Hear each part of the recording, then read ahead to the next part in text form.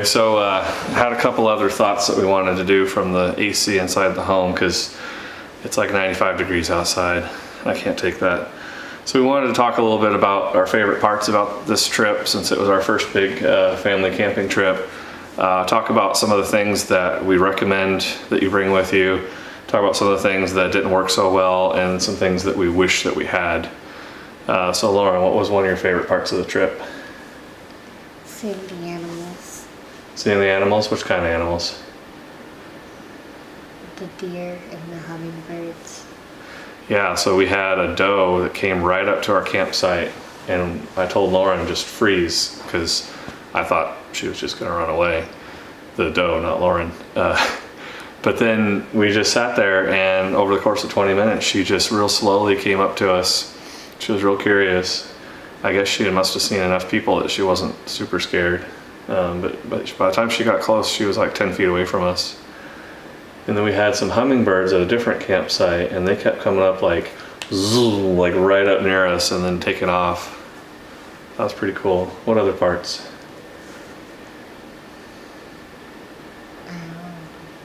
I like seeing the ghost town. We went to Carson City. Not sure how you say it right, but that was a fun but challenging trail. And getting to see the old buildings that the miners used to live in and get to explore that. Plus there wasn't very many people up there, at least when we first got there. Did you like that? Can you think of any other things? The other ghost town. Oh yeah, Animas Forks. That one was busier though, right? There was a lot of people there because that was where a whole bunch of trails come together. Oh, what about going in the creek? Did you like that? The creek? The creek. I call it crick, she calls it creek. Was it cold? It wasn't cold, it was freezing. It was freezing. Eventually when we got up over the mountain pass, we saw the snow that was melting to make that creek. So speaking of cold water, one thing we recommend is we had the water container in the back and then we had a few drinking containers.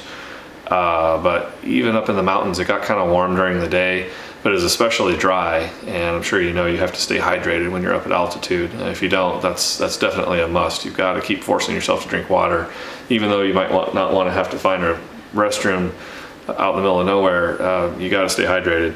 And we just on a whim bought these Arctic containers.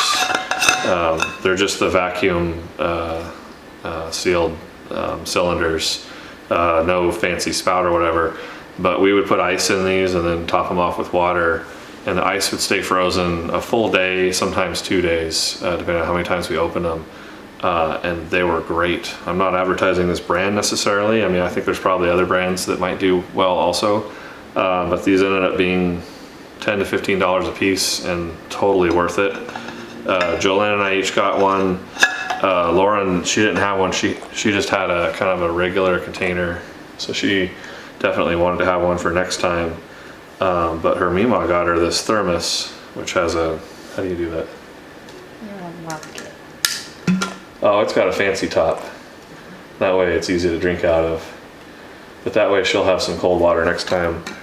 She had kind of warm water this time and got a little bit jealous of our fancy ones. Of course we shared, but now she's got a fancy one for next time. Let's see, we'll do a separate video showing off the tent. We already talked about the shovel. That was good to have. The camp table was really good to have just to be able to set things up off the wet ground. The med kit, the med bag is important. We thankfully didn't need it for very much. We just had the citronella candle burning, and then we put on some of the bug spray because there at one camp a bunch of flies and mosquitoes kept coming after us. It was really cool having the video camera that we're using right now, and I would even venture to say to have a second one, like one for video, one for photos, would make it easier, although it might be cumbersome. So we had to pause the video at times just to snap some photos. But then of course we could use our camera phones for some of that. Trail books. So, starting things off, I mean, we had this Atlas of Colorado. And you can see I made some really technical notes here. but the whole state is split up into grids.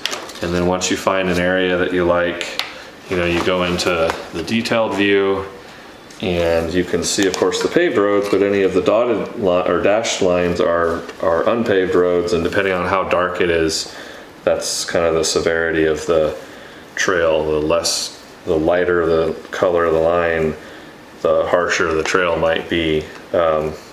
This was great just for initial research. It was a little lacking in terms of determining the differences between trails. For example, going up Cinnamon Pass was pretty easy, but I'm glad that I watched a video for Black Bear Pass, because that would have definitely freaked out everybody trying to go down that on our first trip. But according to this, they're all basically the same. So you definitely have to do your research depending on which trails you want to hit. But this gives you a good start to kind of pick regions of a state to go to. It also kind of helped us connect the dots. So we went from Canyon City down here, we took a trail up to Victor, and then we took some other trails over to Colorado Springs. And so this Gold Camp Road and Old Stage Road were on here. They weren't in our other books, but we figured let's just try it and see. We can always turn back. And that ended up being kind of fun, although we were pressed for time. So this map was really good for that. Although there were some places where we weren't really sure where we were, but the Forerunner had really cool, it had a really extensive set of maps, and it had the trails the whole time, and it had our GPS location dialed in. So that was really helpful. And then the other book we bought was this one here.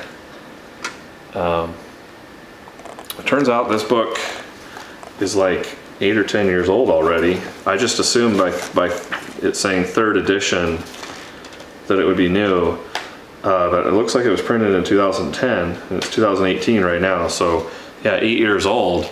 And you might figure, well, not much can change in that time, but I think some of the trails changed significantly just based on what it said in here versus what we encountered and the number of people and the types of vehicles. I mean, we were on some trails where this thing was saying, oh, you need a high clearance, and yet we saw like a Corolla or a minivan cruising up it.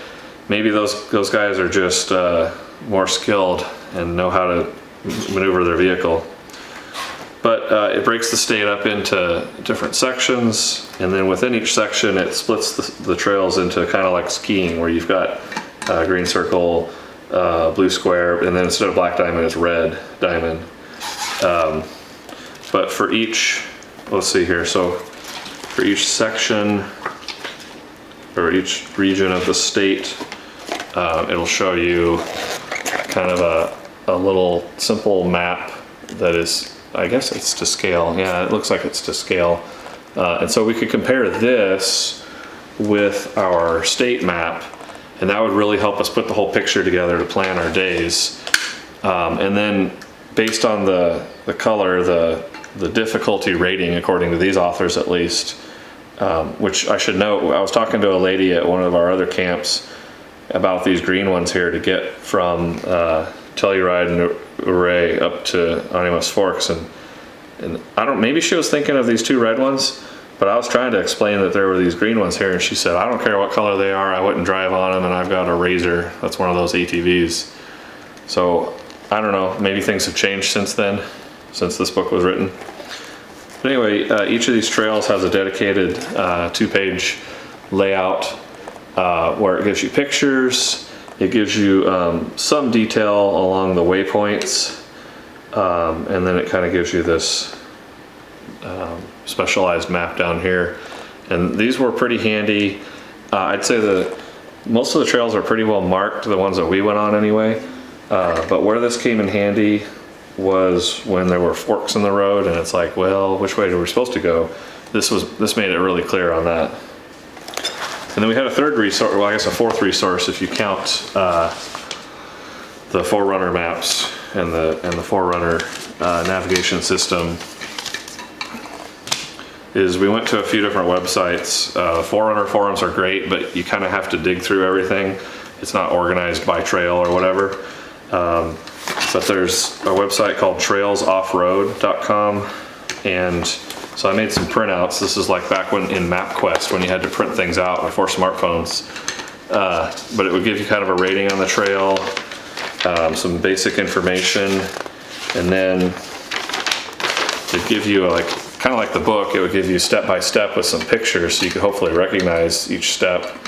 But it also gave information about like where to camp, and also some of these have, this one doesn't, oh yeah, this one does, trail reviews. So not just the authors of the website, but then people that come in to try the trails, they gave their 2 cents on how they thought it went. So I guess I got to go back to those sites and give my opinions. But these ones were really helpful to try to figure out like where could we stay for the night, because we're new to the whole National Forest BLM thing. We honestly didn't know what to expect. I mean, it worked out. It's just when you're on a trail and there's several other vehicles, it's kind of hard. It's kind of a little bit intimidating, I guess, to figure out like, oh well, is it safe to park here, or is this private property, or what's the deal? Let's see, we talked about having the big water tank and the solar lights, having the bucket. What did you think about using the bucket for the potty? Nah. Not very fun, right? It wasn't hard. It's hard to hear you with that noise. It wasn't hard. It wasn't hard? Well, if you had to give advice to some other kid that's doing it for the first time, having to go potty in a bucket or having to go out in the woods, what would your advice be for that kid? I don't have any. You don't have any advice? Just figure it out. Yeah. Let's see, we talked about the cooler and using the dry ice, having the extra gas, having the ladder. We did have a snack bag, so I don't know. I tried to moderate how much I was eating while out there. I figure input output, but you know, for the kids it was good to have just a duffel bag full of a variety of snacks, especially the baby. You know, Lauren, I can tell her, hey, we're gonna go have lunch in an hour, and she can manage, but the baby, he doesn't understand any of that. He just starts fussing when he gets hungry, so you hand him some Cheerios and all of a sudden the world is glorious. So some other things that we thought that we're gonna need for next time, it got really dusty in the back of the 4Runner, especially with the draft, and then also just trying to clean up the annex floor and sweep out anything that we want to clean out. It'd be nice to have just a small little broom, just a bristle brush or something. We had some camp chairs. Lauren had an old one from when she was about half her size now. It still worked, but we're gonna get her a big size camp chair, but just the ones that fold up real small. And we actually put those down in the wheel wells of the back seat. The potty tent that we had was not exactly designed for a potty tent, so it didn't have anything to hold the teepee. It actually didn't have a roof. We had to use a, what are those called? Poncho to make our own roof for when it was raining. So we're gonna look online and see if we can find something that's just as small, but has maybe a few hooks to hang, you know, teepee and maybe your jacket or whatever, and make it a little bit easier. Another thing that that would make it easier for getting in and out of the tent is, and if we make a video on how we deploy it, you'll see how you climb up the ladder to get in there. But you just have to basically leave your flip-flops or your shoes down at the bottom. But the platform itself and the ladder, I'm sure there's a way we can hang some little hooks or a little net. Lauren had an idea for the shoes. What was it? The hanging the mesh net and putting the shoes in them across the bottom of the tent. So like if this is the bottom of the tent, your net was gonna go like this, is that right? Mm-hmm. Yeah, and then so you can just kind of slide your shoes as you climb the ladder. You can just slide your shoes or flip-flops into the net, but that way when you're standing down here, it's not hanging down and bumping your head, it's up tight against the tent, right? Yeah, you're kind of hiding out of the camera view. You want to snuggle over here a little more?